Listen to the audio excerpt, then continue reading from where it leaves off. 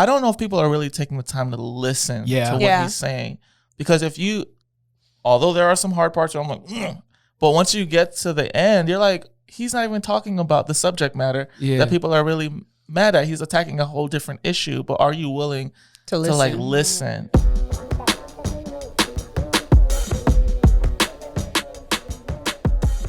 What's going on, creative people? Welcome back to another episode of the Creatives Are Essential podcast, where we have therapeutic conversations for the creative mind. I am Christina. It's your boy, Mark Lee. Des. And I'm Joe. Wagwan, friends. Guys, this is our Jordan episode. This is episode 23. Come through. I want to be like Mike. What can I say? I ain't gonna lie. If I had a Jordan jersey, I would have worn it today, but I do not. Yeah, I got the Bulls Vapor Maxes on, so they're just red. They're not. I got the Waterboy Waterboy 3s on. You got Jordans on. Speaking of, I was just talking with the. You guys seen the Waterboy, right? Yeah. Only by force. Yeah, same. Who forced you? Is it common denominator? But Josh got an SCLSU Mud Dogs fitted. And I was very mad that that's even a thing and that I don't Josh, own it. our friend Josh? Yeah, Josh Cox. He has a S what? SCLSU. That's the team that Bobby Boucher played for. Oh, okay. It's pretty cool. I was like, who is that? Yeah. Should we know what team that is? There was South Central Louisiana State University. Okay. Yeah. Fun fact of the day. Yep. Cool. So watch the Waterboy. Well, that's it's a classic. fun. I'm sorry. It is. I mean, you might not feel the same, but It's just, all of you it's that just, appreciate comedies. it's just not my type of humor. It's just, but to each his own, right? Episode 23. Moving right along. It's November now. November 1st. Bro, where Christmas has the time. year? I mean, legit. For I real. walked in Publix this morning and they already have Christmas stuff. Yep. They don't play. I mean, I don't care that much, but also like, why are you doing this in October? Can we just put some respect on these holidays? Seriously, give give them their due diligence. Let's celebrate Hallelujah Night. Let's Come celebrate Fall festival. And then let's make it to Christmas. Yeah. You skipped over to Thanksgiving. Oh, that's what I meant to say. Yeah. Yeah. Are you more Thanksgiving or Christmas people? Christmas. I'm Christmas. I'm more That's why I'm Thanksgiving not mad. for the food. The food be good on Thanksgiving. Not for giving thanks. Well, Wow. for Check your heart. He's thankful for his food. But Christmas is. I haven't had a. It's okay. It's okay. It's all right. I haven't had a real good Christmas since I was like a kid. Like where I think I got stuff that I was like, wow, I'm thankful. As you get older, it just be like, oh, great, Is your love language a gifts? shirt, gifts, or like shoes. Yay. Okay, let me make sure I don't get for Christmas. Good thing we Let's held on go to that back. receipt. Return. Woo. Yeah, so I don't know. I think Is gifts your love language? I think it has developed into being one. So now when Okay. I get a good gift, I'm just like, I still have problems accepting good gifts though, because it's that awkwardness. Like, oh, thanks, you really thought about me. But what if they thought about you with the shirt? With the shirt? Okay, Christina, you can To the give me rest of the shirt. squad, when we do Secret Santa, do not get him a Do shirt. not at all. He will not be happy. But yeah. Yeah, I'm heavy on Christmas, but I not too early though. Yeah. Once December hits, I'm all for it. But like not beginning of November, end of October. Right, chill out. You know? And maybe that's why I like Thanksgiving, because it's still like, Thanksgiving, you still have another holiday, and it's just like, Right. like you look forward to the next week that you have off. Christmas is like, all right, next week is New Year's, and then we back into the grind of things. Right. Yeah. So They always push it like ahead of time, because even like when summer hit, that's when the pumpkin spice latte from Starbucks came out. It's like fall. It's like, well, we're still We're still in the it's summer. It's hot outside. right. But Yeah. And what's crazy, so as soon as November hits, like, okay, do you guys remember how Black Friday used to be?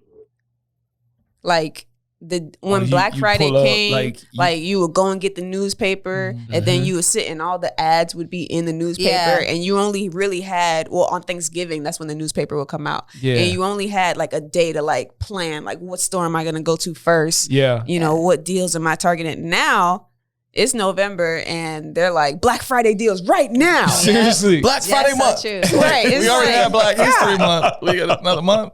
I mean, I'm for it. No, real talk. Yeah, Like, I mean, people when you will be need like, to- they'll eat early and they'll go to Best Buy or wherever and just camp out. I mean, well, back in the day, Yeah. That's the thing I didn't like about it, because it kind of took away from like Thanksgiving. Like people, 2:00, hey, what are you doing? I'm like, I'm at Best Buy in the line for tonight. Yeah. Like, did you spend any time with family? Like, And coming, but that's like a part of their thing. Like, coming that's for from some someone who families. worked at Best Buy, we hated y'all. Those who would like, because we actually had to go to work on Thanksgiving. So it wasn't until I finally left Best Buy. I'm like, oh man, I get to have a Thanksgiving with my family for the first time in 3 years. Yeah. You know, because all y'all trying to lovely people want to, you know, stand in line for a TV that you ain't even gonna get, because we're gonna be sold out by the time you get to the door. trying to get $30 off a Ninja blender. Joe. Joe's saying everything from experience. I've never had one, but I just figured that's what the stuff people go for. Fun Black Friday story. I remember we were in Daytona for Thanksgiving, and we were like, let's go check out and see what we can find at Best Buy. And we go, and there was this TV on sale for like, it was like $100, like normally like $350 or something. I can't remember how much, but it was a really good deal. So I'm like, yo, let's call. Like, and you had to pay for it in the store, then drive around back, which seems real sketch, but like drive around back and they put it in your trunk and whatever. So I'm like, bet. So I got my TV. I'm happy. We drive back home. I'm like, man, I can't wait to set this TV up. It's gonna be dope. It's gonna be awesome. I get it on the little platform, get it plugged in, HDMI plugged in, hit power, cracks all through the entire. As soon as you hit power. As soon as I saw all the cracks in the thing, and I'm like, oh, I love this effect. I feel like you did something on Instagram. I did. You gotta find that. And I was like, man, I'm so glad that I can use my TV that I bought in Daytona and can't return. And it was like, so you ain't getting I wound up taking it back to the Best Buy down here, but they were like, well, we can't like replace it because they were like a, what do they call it, a doorbuster? Yeah. So like they gone. all of those TVs are gone. Oh, it was doorbusting. Sold. That's crazy. As soon as you turned it, I would cry. Yeah. I would just was be broken. sitting there like. Did you use your money back? They wound up like basically giving me like the next TV, like the next model up or something like that. Okay, well that worked out I for mean, you. because I had to like kind of pay a little bit of the difference it. So it wasn't like that great of it, but I wanted the TV. So I'm like, all right, I guess I'll just pay a little bit of a difference here. That sucks. Yeah, I was hurt. I was broken. Well, speaking of electronics, the new MacBooks. Did you guys see them? I did. I have. And, it's been the latest craze amongst, Christina and William. Yes, definitely. And content creators in general, not just all us. across the board, But Apple, go ahead. No, I'm gonna say it's a beautiful piece of software, but Hardware. and software. And anyways, you know what I mean. The where? I just think for me, like I think I was having a conversation with you where I was like, man, this is really good. And then I was convicted, like, dude, you haven't even turned on your computer in like a month. So focus on the one you have. You thinking about getting it? Yeah. I mean, anything that's new, you kind of have that feeling like, do I? Yeah. But I feel like it has incentive though this time. Yeah. Like there's like for those of you that don't know, they brought back a lot of the ports. Like we had the USB-C ports on the other MacBooks and stuff, and it's like you got to get a dongle for this and a dongle for that. I hate that word. And a dongle. Can we just say adapter? Yeah, but it's like now they're like they brought, what is it? The HDMI port, the SD card. SD. That's clutch for me. Didn't they put like a traditional USB on there too? Like one of them. They brought back MagSafe. Okay. And yes, I mean honestly, the SD card is enough for me. Will I ever plug in the HDMI? Probably once in a while, but I'm just happy that they finally listen to the people. Yes. You know, they got rid of the touch bar. Sheesh. Like, they did? Yeah. I actually like the touch bar. I wasn't mad at it. It didn't always work the way that it was supposed to. I think for me, it was more like, ooh, innovation. The keyboard has this little screen monitor on it. But then, I don't really use it. You're right. Never mind. It's like gimmicky. Sometimes it works for me. I mean, I don't use it all the time, but I think it's convenient at certain points. Yeah. When I'm texting emojis, it's hella convenient. Right, just be swiping. Honestly, when I worked at Best Buy, before I got it, that's exactly what we used to do. We used to just like that would be my selling feature to the customer. Yeah. But look at these emojis. Wow. Swipe. Every single one is there. You're welcome. I can see like a sale going bad and your manager's in the corner like, show them the emojis. You're like, okay, all right. Sold. Legit. I'm just happy that they finally listened to the people because they have been ignoring everybody in their arrogance for like the last 4 or 5 years. And I mean, the computers have looked beautiful, but they've just been underwhelming. Oh, that'll preach though. How many things look beautiful? Come on. But are underwhelming. Hey, it's not always what's on the outside. Unpack that. Whitewashed tombs. That's a different episode. You got a whitewashed hard drive. It's a reference to the Bible. Sorry. Whitewashed tombs. Anyway. No, but read your Bibles, people. I was gonna say like Apple has notoriously been known for not really listening to their consumers and just kind of doing what they feel and like, oh, we'll remove this. We'll take care of that. I'm like, well, we wanted that. You know what I mean? And I think it's definitely like kind of like a sign of the times. Like, wow, you guys are actually trying to listen to us. Yeah. This is weird. Yeah. And I think that's a lot of reason why people started switching from like Final Cut to Premiere and these different ones because they just start changing stuff. Right. So it's for them, I think, because if Apple at one point, they could do whatever they want because everybody they still can. wanted Apple. Yeah.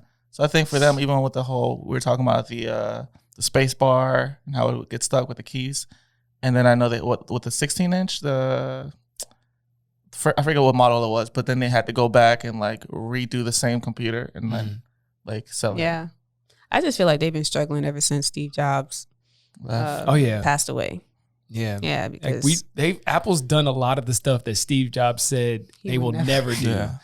He's like, we'll never be like he didn't see us, see Apple going into like the big phone. Apple. Way to take ownership. We are Apple. But like the big phone stuff, he wasn't for all that. Like his thing was like going smaller, like all this stuff. He's like, if we ever have a stylus, like that'll be the end of. But then you see the Apple Pen and it's like, but also, granted, I guess it goes both ways. I think what Apple does shapes the rest of the market. So let's say Steve Jobs was still here and we never got like a bigger phone. I don't think everybody else would be making bigger phones either. Well, I don't think so because Android was very much like that was their thing. Galaxy. And like I remember I had a before I got an iPhone, I had a was it a HTC I forgot what it's called, but it had a big old screen. Like it was the biggest like you probably could have had at the time outside of like a Galaxy. And like that was like their selling point. Like it was a big phone, like or a bigger phone, bigger screen, all that stuff. But then I wound up getting like a 4, like an iPhone 4 or something like that. That's the smaller one. Right. Because I think at the time people were impressed with like how small and convenient it can be. So I feel like Apple, they're trendsetters in that area of giving people what they want. Now, Steve Jobs, what he didn't know was how we consume media would change. And now we're like so video heavy. So like having bigger screens and everything matters a lot more to us. Yeah. But I just bring that up to say like, how important is it to listen to like your audience when creating? I mean, yeah, absolutely. I think the question comes, who are you creating for? Are you creating solely for your audience? Because if that's the case, then your content should be audience, like I guess related, or you're looking to like serve them. But if you're just making content for the sake of like what you enjoy, Kanye. then it's just like then I think it just you have to ask yourself, like, what is the purpose? Like, am I in this to make money, or am I in this to right have a creative outlet? Right. Yeah, that's true. I don't know if you've watched. Have you been watching Insecure? No. He's like, I am insecure. Is like, not since season 3, but not since what? Season 3. Oh, you behind. Speak up. Season 3. Yeah. So you haven't seen the new stuff, the 2 new episodes. You haven't missed much. I'm not gonna lie. Like, nothing's majorly has happened except for. I mean, I'm not even gonna say what has happened that has been significant, but anyway, I mean, we've been watching Insecure, and one of the things that people were kind of up in arms about was them using the, what is it? Greek letters. Yeah, the Greek I ain't letters. go to the sorority. a real college. So AKA yeah, letters. the AKA letters on what was this? What's their name? The character's name?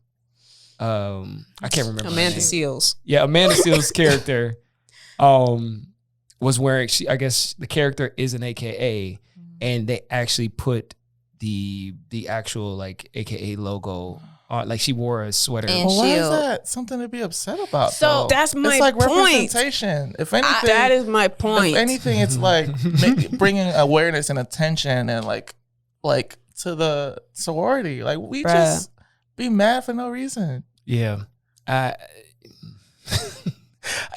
it's a term taboo. I don't know if it's what does taboo mean? Like, what does that mean? Huh? Like touchy? Yeah, for a certain group of people. Yeah. But even within like Greek organizations, you're gonna have that kind of like, this is terrible. Why? How could they do such a thing? And I mean, it's not that serious. You know, it's like whatever. You know, stuff like this pops up all the time. Like when there's kind of 2 ways to look at this. You're an actor, an actress. You play several different types of roles. You play a doctor. Does that mean you have to go to med school to make sure you get your degree in order to play as a doctor? Have a stethoscope right. That was William's point when we were talking about it. People who play, military, people. Like, I'm not a part of the military, nor have I taken an oath. But as an actor, I'm playing a role. Yeah. I think to me, it seemed like it would be more of an issue if she were just like, okay, we're offset now, and I'm still rocking the paraphernalia and all this stuff, and out here in the world. Matter. I think that's when it does. I think it does matter. I think because we're non-Greek, I think it's kind of like I'm Greek adjacent. Right. Yeah. But yeah, I think it's touchy because you have some Greeks that are like passionate about it. Yeah. But like Will said the other night, it's like, in your stage of life, or if you're Greek, it's kind of like, I've graduated a long time ago. Like, you don't take it as like. Where was the term Greek adopted from? Greek people? I don't know. I don't know. Huh? Is it? I mean, I told you to come and get. Hold on. Tag. Come on in, William. Come on the hop. Never done this before. It's exclusive. Okay. What was the question? I thought you had an interjection. No, I just Well, we were talking about like Greek, and like he's asking like the origination of like Greekdom organizations, but like Greekdom? I think whatever. I don't even know what the terminology is, but I think when it comes down to it, like we're on the topic of, is it that serious when it comes to, what's her name? Amanda Seals? Yeah. Wearing the letters of an organization as an actress on a show. Yeah. So like that's like you said, what we were talking about yesterday. There's people who portray different nationalities, they portray different religions, different military personnel, and all these things that they aren't in real life. Mm-hmm. But the one thing that people like to do a lot, they like to draw the line where they want to draw it, kind of, that makes sense. Yeah. So me personally, like I said, where I am, it doesn't really bother me. If somebody had on alpha letters, I'm just like, okay, well. Yeah. Mm-hmm. Yeah. For those of you that don't know, both me and my brother did pledge Alpha in college. Yeah. I don't claim it anymore. I don't know where William's stance is. But yeah, I was out of Alpha a long time, but I'm familiar with the culture. Yeah. I think my thing is like, I understand how people could feel some type of way about it, but a lot of the people who may feel some type of way, I'm about to make some people mad. Make them mad, William. Aren't financial. They may not even be like in a grad chapter. I'm not either, but it's, like I said, I don't. Right. Yeah. But my thing is like, have your priorities straight first, and a lot of people make it personal. Like, oh, you gonna have on my letters, like my shit. Like it's every, it's, I don't know. It's right. So, right. But I'll say this too on the other side of it. Like I can understand someone that, went through a process for a certain thing. They pay their money, all the things, and this is an exclusive group. You know what I mean? And then for someone to be like walking around wearing your stuff that isn't a part of it is like, what are you doing? Yeah. You know what I mean? So it's a devil's advocate thing. Because like they used to tell us like if, there's like a lot of mentorship that happens in like these organizations. So they might have like high schoolers, middle schoolers that they mentor or whatever, and they'll wear the shirts. Like, they'll give them like a type of shirt that says like, my mentor is such and such or this and that, whatever.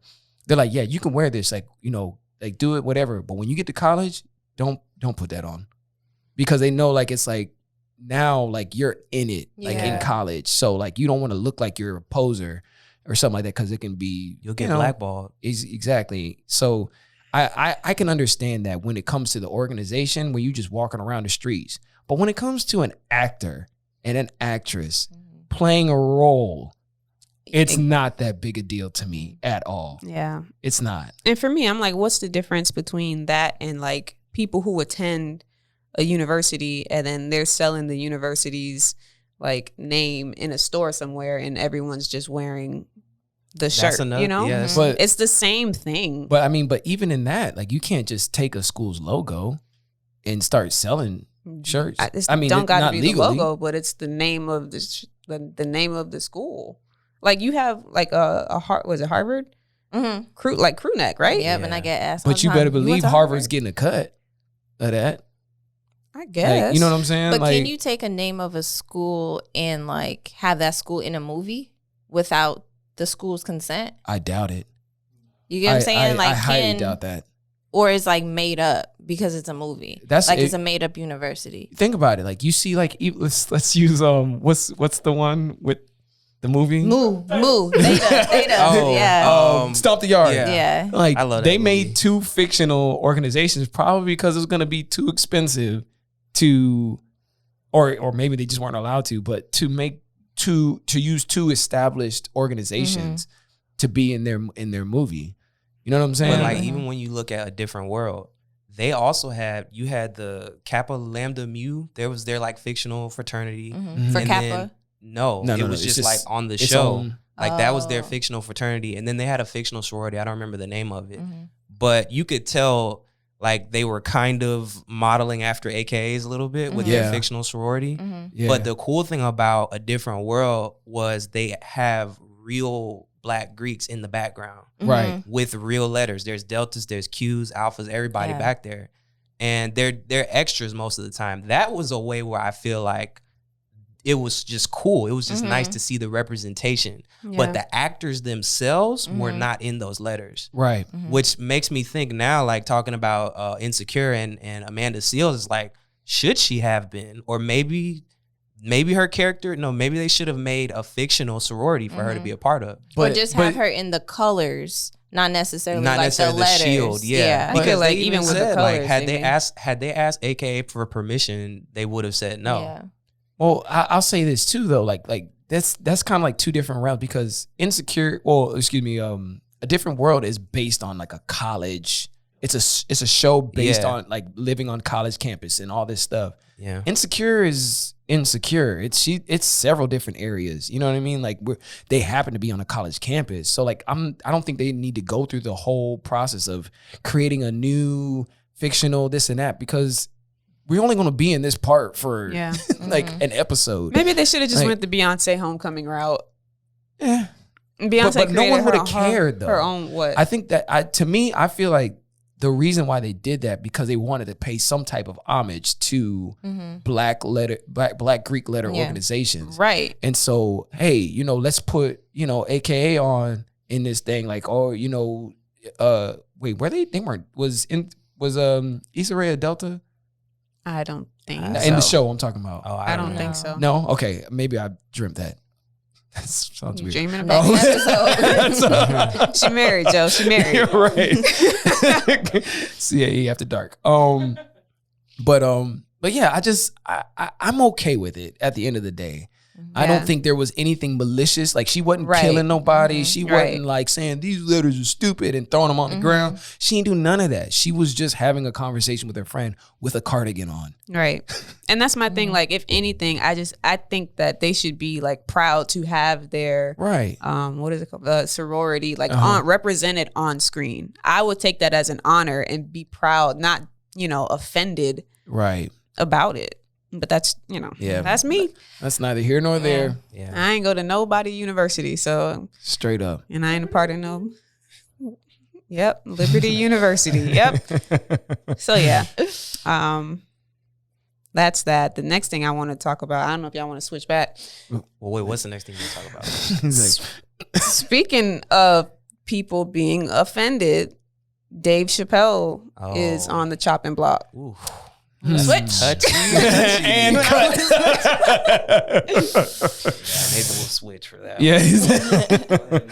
But tell me, well, you know more about it than me. So well, let me just state for, you know, when it comes to Dave Chappelle, I think Dave Chappelle is probably one of the most creative,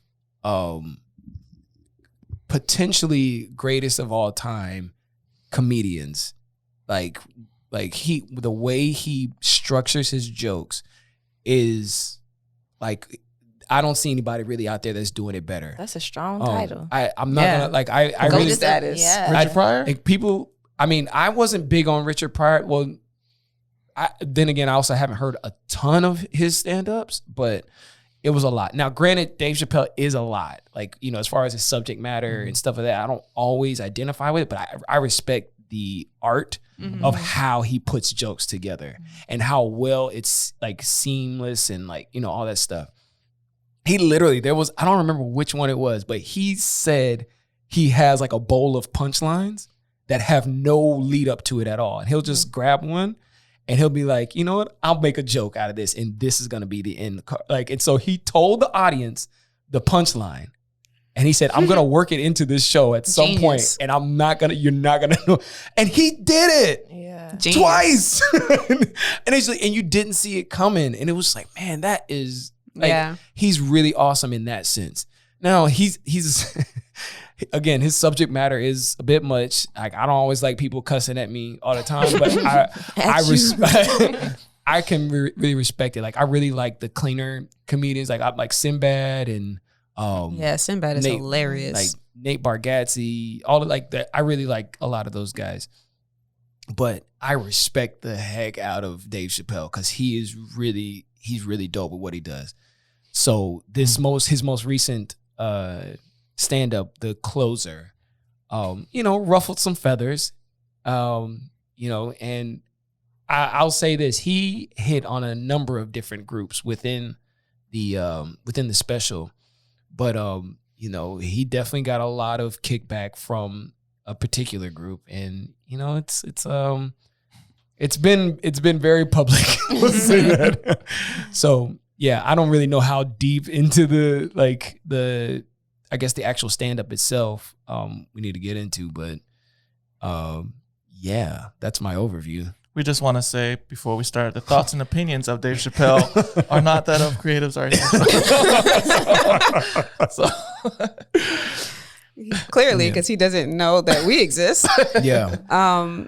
But yeah, I guess the question needs to be asked when expressing yourself through your particular art form, how much should you censor yourself? You know, people are trying to cancel this man. Yeah. So it's like, or at least hit him in the pocket, like as hard as they can. Yeah. And essentially that's kind of what canceling is all about. Yeah. Because I actually found out recently that he, because of a lot of the pushback, I guess he had a documentary that was supposed to come out recently.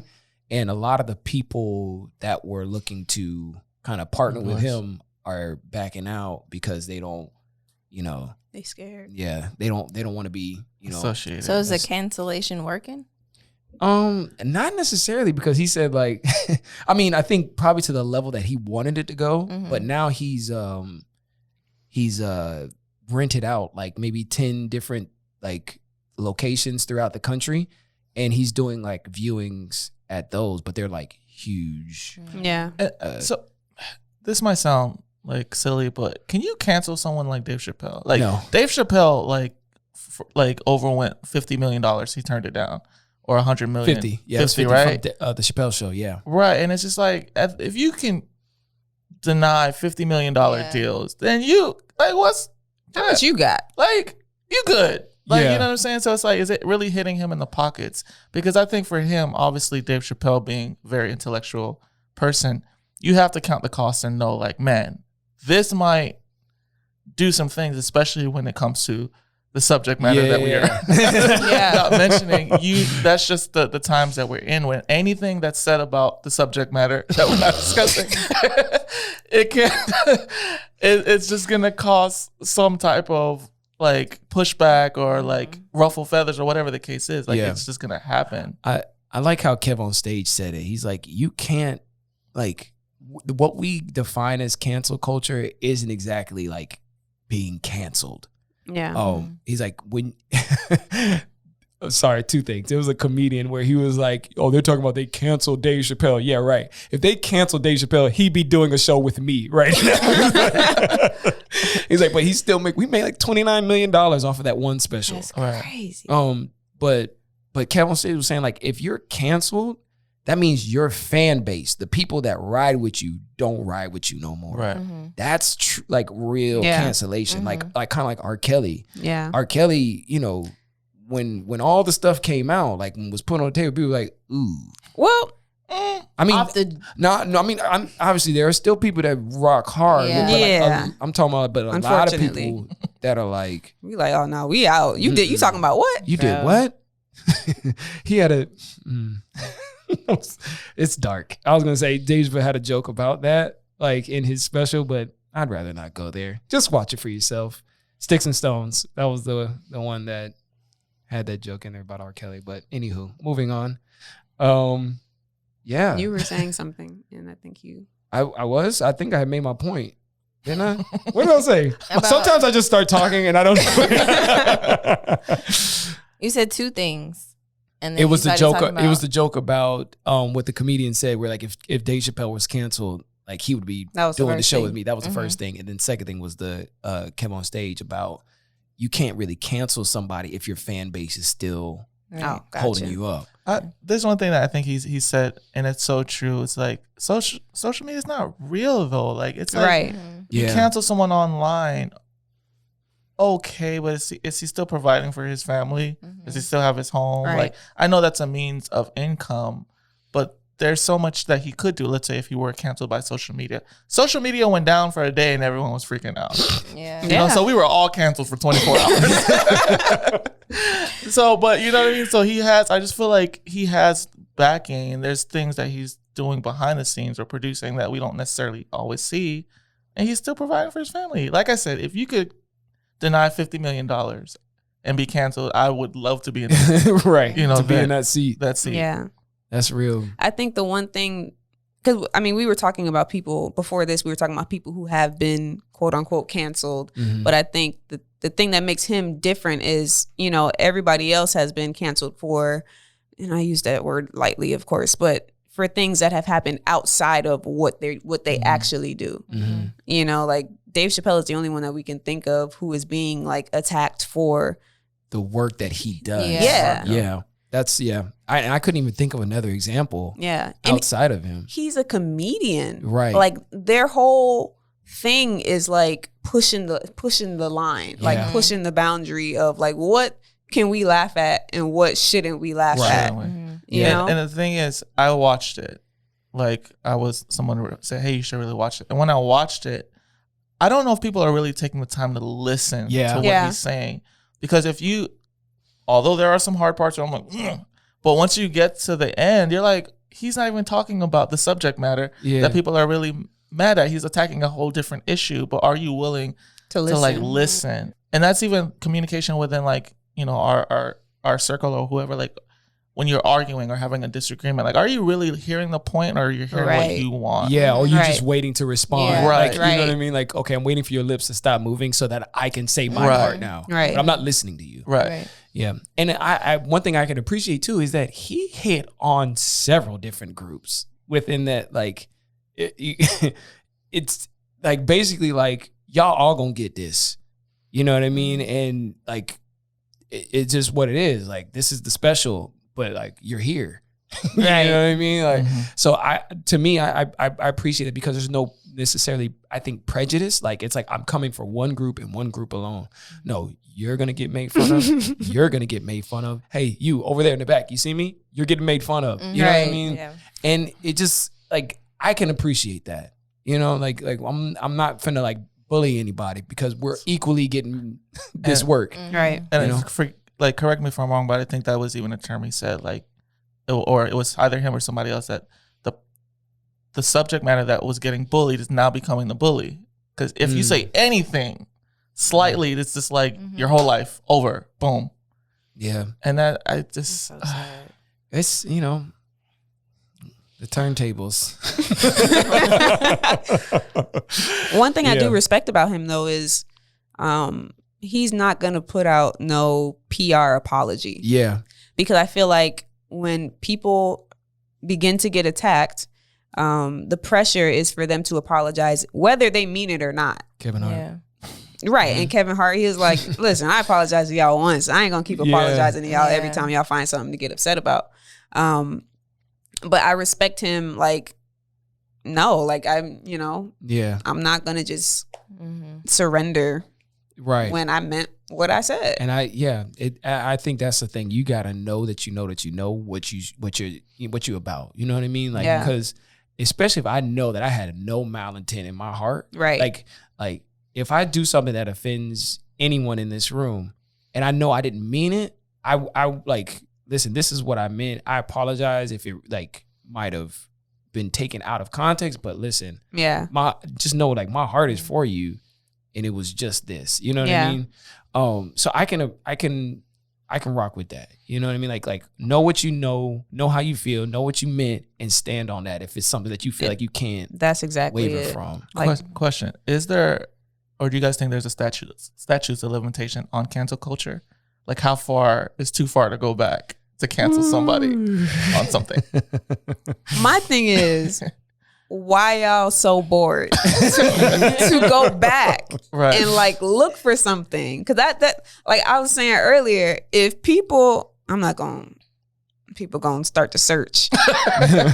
There are things at 17 or 18, I'm a different person than I am at 28. Yeah. You know, so if you start looking into my past from 18 and things that I would have said back then when I was on Twitter and just, you know, young and reckless. At Young C. Yeah. Shut up.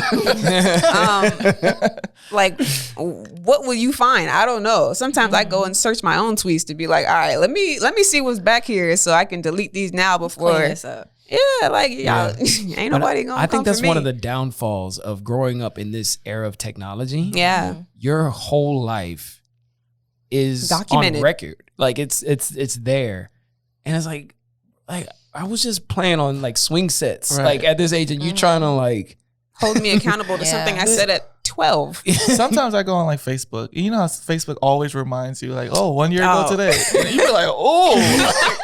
I posted that. I looked. Nah, Facebook be telling me like 10 years ago today. I'd be like, yeah. Yo, man, you gotta give people grace to like grow.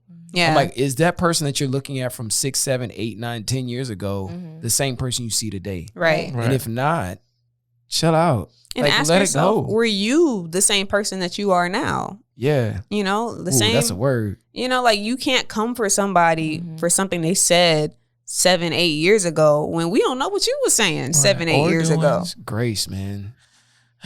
And that, like, not to go, it just frustrates me because we all have done, said something that or even our thoughts. Like, I think I was in church one time and the pastor said, if I put y'all thoughts on the screen right now, people that's will be real. Like, that is so real. You know what I mean? And it's like, it's just the hypocrisy. What's the Bible scripture, like, before you poke or take the log? Before you try to take the speck out of your brother's eye, take the log out of yours. Yeah. That's just key, man. I think there's a certain level of humility you have to have as a person. Yeah. You know, like I can't sit here and be like, man, Mark is so trash for X, Y, and Z. When I did you know, when in my mind, in my private time, I'm doing a different version of that. You know what I mean? Or at one point in my life, I did a version of that. Yeah. It's like, man, but that was me at one point, or that could be me at some point. So like, I just think there's a level of grace you have to have when it comes to human beings, period. Like I never want to paint somebody or you know, move somebody off that did something wrong now, but like, and to be able to say like, oh, they'll always be that. Right. Like, that's a problem for me. If you say like somebody did this thing and that's all they will ever be, I think you've already missed it at that point. You got to give people grace because people can change. We've all changed. And to that point, sorry. No, go ahead. Someone's creative expression is a reflection of them. Yes. And so if someone's creative expression has offended you, you have to be able to forgive them and, you know, for what they created, knowing that this person hopefully will grow from that. Yeah. Or something that they may have created in the past or have said in the past or whatever. Yeah. It's, you know, we're all just growing, man. Yeah, absolutely. I think a question for me is going to that. If that's his creative expression or if that's his opinion, we all have opinions. We don't live in communism, right? Like, can you be offended or just decide like, hey, this is just you like offended. I feel like you could be offended, but I think in a sense like where if that's his subject matter or he has his audience, he has his Chappellers, whatever you want to call them. Yeah. Like, if he's just not your cup of tea, then I think that's okay. Like, just go watch something else. Exactly. There was this like new thing like I've been trying out. It's like, man, like when something like bothers me and like, man, I'm like, oh man, I didn't like how that happened. I'm like, it's really, it's like, it's groundbreaking for real. What I do is I turn it off. Stupid. I was like, yes, don't be so insensitive. Like, that's what I do. I turn it off. Yeah. And I don't watch it. Yeah. That's really what it comes down to. Like, it's like, okay, this person said something. I don't really like that. Next channel. Yeah. You know what I mean? No one does channels anymore. Closes out app. Right. Like, next program. I choose to unsubscribe from you. Yeah. But I'm not coming for your life. Yeah. You know, But is there a point that cancellation is okay? Or just cancellation across the board is just, we shouldn't do it? The fact that it's a thing is a problem for me. Like the fact that it's been defined as cancel culture or you're being canceled is a problem because that means it's a thing for people to do. And I don't think like there are people that we've all encountered that we just don't rock with. That doesn't mean we have to come and say like, hey, Best Buy or hey, person of occupation, fire this person because they cut me off in traffic. Or they talk too much, or, you know, they said some rude things. You just don't mess with them. Right. Like, I'm not like, it's like, I don't know. I just experienced like people throughout life where it's like, they're so bothered, but they always be around. I'm like, bro, if you're so bothered, like, why are you here? Yeah. Just go somewhere else. Like, no one's forcing you to be here. You know what I'm saying? Yep.